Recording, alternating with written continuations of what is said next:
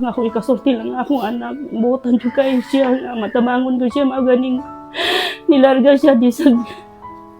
Hindi ka maanamon ba, masakit man eh. Si amore at tanan naman nagasustenad naman. Amore nag-ano ka pang amore. Nasakit man. Pinagbabaril, patay ang 2 Pinay OFW sa Lebanon nitong Abril. Ang mga biktima kinilalang sina Rona Jean Herboso ng Antique at Hanilet Samoras ng Dipolog. Ang 2 binaril raw ng anak ng kanilang amo. Mahigit 10 taon nang naninilbihan sa kanilang 2. Nitong Hunyo, dumating ang bangkay ng 2 sa Pilipinas. Ngunit sa hindi malamang dahilan, nagkapalit umano ang bangkay ng 2.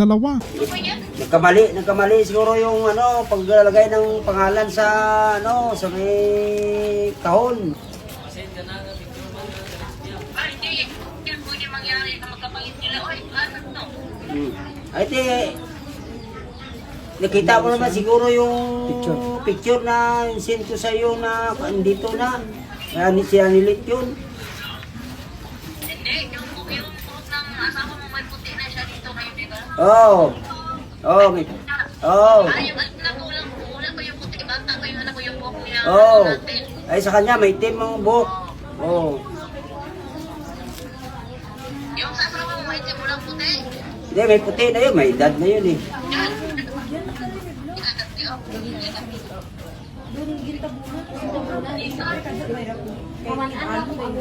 Vincent mo picture nga kitang dawan.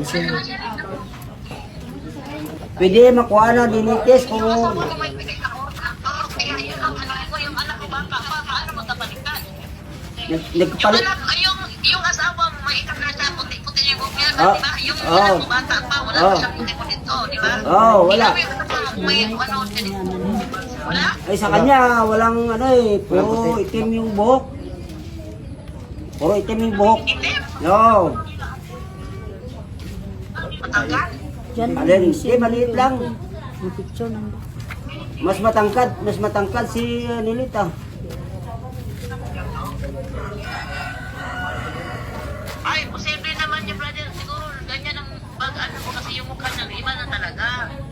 Eh, yung kita sa mukha ng yung sa akin, parang yun sa inyo eh. Saan ba saan yung tama niya? Saan yung tama niya ba?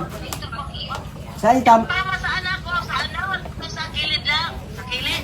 Kilid? Pati tama, hindi sa kilid. Ate, kilid. Ay, kilid sa kilid to. Oh. Tama na, kilid. Pa-check po yung yan nandyan kapag may tama sa noo, kung meron or sa ulo. Sa kilid. Kuna, kung may tama sa ulo. Ito, yung bangkay dito, sa kilid ang tama. Sa kilid. Hindi, pwede pa. Pwede yung Eh, itis. siguro kung andali lang.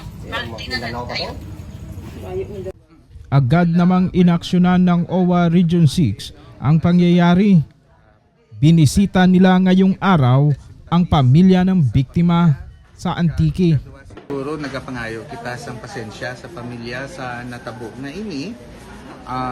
But we assure the family nga i-assistiran gid sang OWA sa idalom sang aton administrator si Patricia Yvonne Kaunan. May direct instruction gid nga asikasuhon ang pag-correct sang sitwasyon na ini.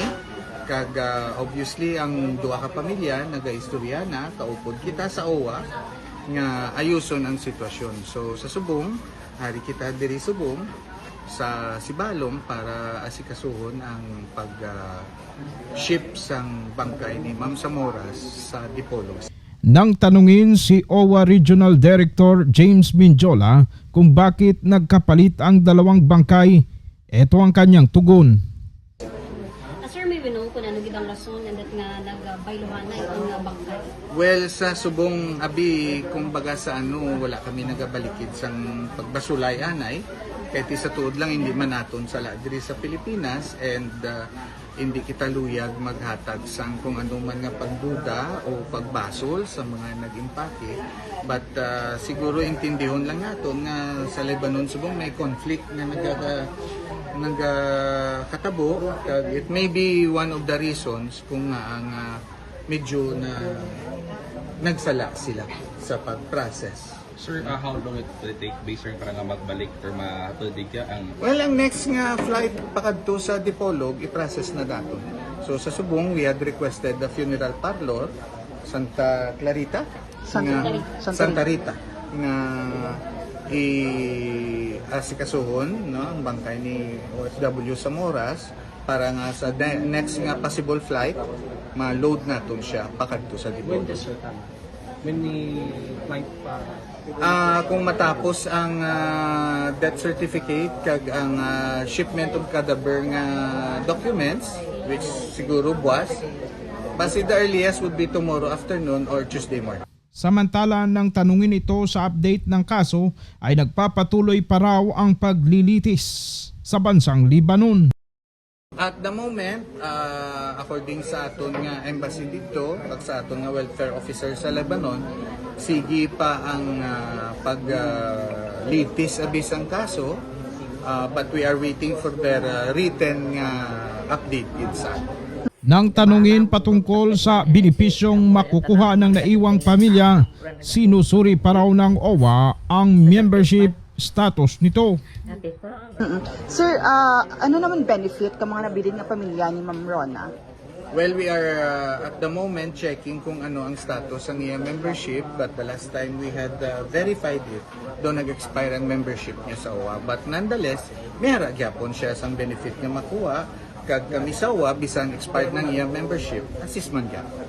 Sa panayam ng mga media sa pamilya ni Hanilet sa Dipolog, mabait at matulungin ito sa pamilya. Kung kaya't sa edad na 20 years old ay lumabas na ito ng bansa para magtrabaho. Ang ako ikasulti lang akong anak, buotan jud kay siya, matamangon ko siya, maganing nilarga siya disag. Dilisak to iyang mga papilis ng sir, dahil underage ba siya, mga 20 pa iyang edad atong nilarga siya, dahil gusto lang yun siya nga maningkamot para sa aking pamilya ba. Makasuportar siya kay kuan ka ng single mom ang siya, wala po siya kuan bitaw, wala siya amahan. Then nakuno na siguro po siya nga manarbaho lang para lang sa amo ba sa igsuon kay wala gyud mi amoy kuan pangita diri. Ang ina ni Hanilet dati rin palang OFW. Sinabihan siya ni Hanilet na magpahinga na sa Pilipinas at siya naman ang magtrabaho sa ibang bansa. kusunada gid iya ang Sunod jud iyang pagpanarbaho kay naluoy na daw siya nako ba nga matigulang na ka ma pauli na sa Pilipinas ba ako kali narbaho ma mao nang guys ako ang taruboton mga nga nani kamot siya para nga muli na lang ko sa Pilipinas kay dugay na po kog panarbaho nga para sa ilaha bitaw. Kinamaulangan? Kuha ni kaduha man siya, duha naman akong anak. Mawasan rin. Nagtrabaho na pintaw sa Manila, lalaki. Subong tong bayi ni. Kaya laki bayi ng anak. Kaya mong bana ron? Wala man ko iba na sir, mag-adil si Kwan ko, single. Bali, kato siya, mo to siya pagka siya, wala ko si Papa. Boros pa ko sa iya sir, wala na ko iba na. Bulag ni, naluoy siya na ako. Dugay na makagpanarbaho kay daghan na po kong lugar, giabtan sa Saudi. Sa Lebanon, nakaabot po ko. Para lang sa ilaha ba, kinaning kamot ko kay ako raman jud. Napawi akong mga isuon nga lisod po kay gusto ko mutabang akong amahan. Wala ko diyan sa eskwela? College level sa to sir. Ganoon din ang kwento ng pamilya ni Rona Jean sa Antique.